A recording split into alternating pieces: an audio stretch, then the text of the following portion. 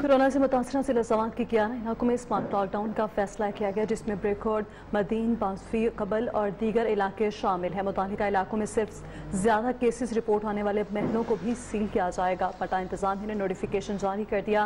Assistant commissioner Mohammad Yusuf करीम ने भी smart lockdown का नोटिफिकेशन जारी करते हुए तो मुतालिका इलाकों को सील करने के अहकाम जारी कर दिए।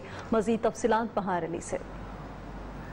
जी बिल्कुल, मैं इस वक्त असिस्टेंट कमिश्नर मट्टा के ऑफिस में मौजूद हूँ। जिस तरह के सवात में कोरोना की बढ़ती सूरत हाल की वजह से DHO सवात ने यहाँ के तहसील मट्टा में भी स्मार्ट लॉकडाउन का ऐलान किया है।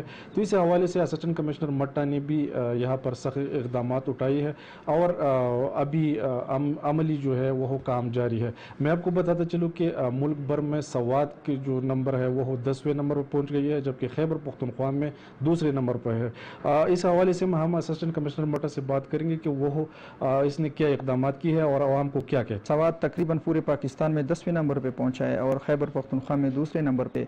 तो कोरोना की जो अभी हालिया सूरत हाल है वो ये है जी कि तकरीबन हमारे पास डेली बेस पे 50 से 60 केसेस सवात में पॉजिटिव आ रहे हैं और इसमें से कल जनाब DHO सवात ने एक लेटर किया था जिसमें तकरीबन 11 ऐसे मकामात हैं जिनमें कोरोना बहुत तेज़ी से फैल रहा है डिस्ट्रिक्ट सवात में। कोरोना के केसेस में सवात में और तहसील मट्टा में रोज़ बरोज़ इजाफा होता जा रहा है, इसलिए हुकूमत की जानिब से और हेल्थ इंतज़ामिया की जानिब से इनकी स्मार्ट लॉकडाउन की जो ऐलानात है वो हो चुकी है और इस पर बाकायदा जो है अभी लॉकडाउन जो है स्मार्ट लॉकडाउन वो करेंगे।